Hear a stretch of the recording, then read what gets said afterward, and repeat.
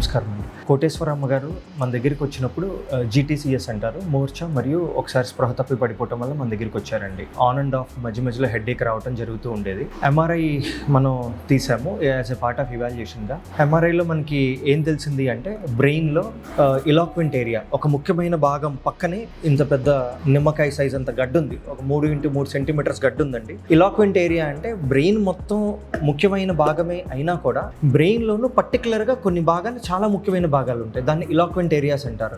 మన బ్రెయిన్లో ఒక్కొక్క భాగానికి ఒక్కొక్క ఫంక్షన్ స్పెసిఫై అయి ఉంటుంది అనమాట, వాటిని ఇలాక్వెంట్ ఏరియాస్ అంటారు. కాళ్ళు చేతులు పనిచేయడానికి ఒక సెంటర్, దాన్ని మోటార్ స్ట్రిప్ అంటారు. అదేవిధంగా visual processing centre, speech processing centre అంటే చూసిన దాన్ని మాట్లాడడానికి సంబంధించిన ప్రాసెసింగ్ సెంటర్స్ ఏవైతే ఉంటాయో ఈ రెండింటికి దగ్గరగా ఈ గడ్డ ఉండటం మనం గమనించాం. పేషెంట్కి బెస్ట్గా మనం చేయగలగాలి అంటే కనుక, అంటే ఆవిడకి పోస్ట్ ఆపరేటివ్గా సర్జరీ అయిన తర్వాత ఏ విధమైన డెఫిసిట్స్ రాకుండా, సర్జరీకి ముందు ఎలా ఉన్నారో సర్జరీ అయిన తర్వాత కూడా అలాగే ఉండడానికి అవకాశాలు ఎక్కడ బెస్ట్గా ఉంటాయి మనం ఆలోచిస్తే, అప్పుడు మనకి ఈ అవేక్ క్రేనియోటమీ అంటే పేషెంట్ని స్పృహలోనే ఉంచుతూ సర్జరీ చేయటం వలన ఒకవేళ మనం సర్జరీ మధ్యలో ఏదైనా ఇంపార్టెంట్ స్ట్రక్చర్స్ డ్యామేజ్ అవడానికి అవకాశాలు తెలుసుకోవడానికి, రియల్ టైంలో ఫీడ్బ్యాక్ తెలుసుకోవడానికి అవకాశం ఉండటం అనేది తెలుస్తుంది అనమాట. అవేక్ క్రేనియోటమీ వాళ్ళని తెలుస్తుంది కాబట్టి ఆ విధంగా మనం డిసైడ్ అయ్యాం. అదే పేషెంట్ తోటి ఆవిడతో డిస్కస్ చేస్తే ఆవిడ కూడా చాలా పాజిటివ్గా రెస్పాండ్ అయ్యారు, ఫ్యామిలీ మెంబర్స్ కూడా పాజిటివ్గా రెస్పాండ్ అయ్యారు. ఆ తర్వాత మనం ఆవిడని కౌన్సిల్ చేసి దెన్ మనం సర్జరీకి తీసుకున్నాము. ఈ పర్టికులర్ ప్రొసీజర్లో అవేక్ క్రేనియోటమీలో ఏం జరుగుతుంది అంటే,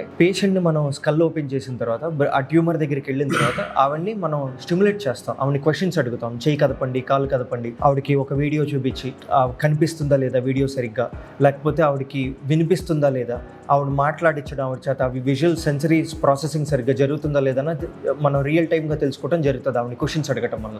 ఏదన్నా బ్రెయిన్లో ఒక పర్టికులర్ పార్ట్ డ్యామేజ్ అవుతుంది, ఆ సెంటర్ డ్యామేజ్ అవుతుంది అంటే మనం అక్కడతోటి రిసెక్షన్ స్టాప్ చేయడానికి అవకాశాలు ఉంటుందన్నమాట. పేషెంట్ పూర్తిగా మత్తులో ఉన్నారంటే మనం పూర్తిగా సర్జరీ చేసుకుంటూ వెళ్ళిపోతాం, గడ్డ పూర్తిగా తీసేస్తాం. కానీ పోస్ట్ ఆపరేటివ్గా సర్జరీ అయిన తర్వాత చూస్తే కాళ్ళు పడిపోవటం, చేయి పడిపోవటం చాలా సందర్భాల్లో జరుగుతూ ఉంటాయి. మనం చాలాసార్లు చూస్తాం, సర్జరీ అయిపోయింది, కాలు పడిపోయింది పలానా పేషెంట్కి, సర్జరీ అయింది, మాట పడిపోయింది పలానా పేషెంట్కి అని మనం చూస్తూ ఉంటాం. ఈ అవేక్ క్రేనియోటమీ చేయడం వల్ల అటువంటి ఏ విధమైన ఇబ్బంది లేకుండా రియల్ టైంలో పేషెంట్ని మనం అసెస్ చేసుకోవడానికి అవకాశాలు ఉండటం వల్ల సర్జరీలో మనకి లిమిట్స్ తెలుస్తాయి అనమాట. మనం రిసెక్షన్ చేసేటప్పుడు లిమిట్స్ తెలుస్తాయి.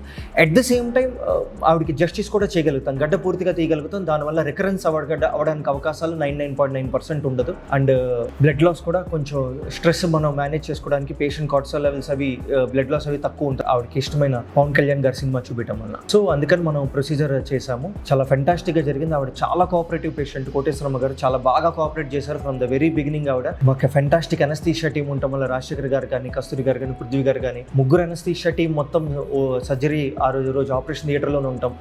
వాళ్ళ ఫుల్ ఫ్లెడ్జ్డ్ ఫోకస్ అంతా ఈ కేసు ఉండటం వల్ల ఫెంటాస్టిక్గా బ్లడ్ ప్రెషర్ లెవెల్స్ మెయింటైన్ చేయడం కానీ, హార్ట్ రేట్ మెయింటైన్ చేయడం కానీ అనువైన ఎన్విరాన్మెంట్లో జరగడం వల్ల సర్జరీ చాలా బాగా జరిగింది. ఏ విధమైన డెఫిసిట్స్ లేకపోవడం వల్ల గడ్డ పూర్తిగా తొలగించగలిగాం. ఆ బయాప్సీ రిపోర్ట్ కూడా 1 or 2 daysలో వస్తుంది. అండ్ ఇవాళ మనం ఆవిడని ఇవాళ డిశ్చార్జ్ ప్లాన్ చేస్తున్నాం. ముఖ్యంగా ఈ మీట్ పెట్టడానికి రీజన్ ఏంటి అంటే, ఎవ్రీవన్ ఈజ్ వెరీ యాంగ్షియస్ అండి. నాకు చాలా పర్సనల్ వాట్సాప్ మెసేజెస్, ఇన్స్టాలో మెసేజెస్, ఇది వైరల్ అయింది, ఆ పేషెంట్ ఎలా ఉన్నారో మాకు తెలుసుకోవాలి, ఆ పేషెంట్ అవుట్కమ్ ఏంటి తెలుసుకోవడం కోసం పేషెంట్ని డైరెక్ట్గా చూపించడం మనం చేస్తున్నామండి. అండ్ ఇంకొక క్వశ్చన్ మా అడిగింది, ఓజీ సినిమాని ఎందుకు పెట్టారు అని, వేరే సినిమా ఎందుకు పెట్టలేదు? Because she is a die hard fan of Pawan Kalyan garu, ఆ మూవీ పెట్టడం జరిగిందండి. అది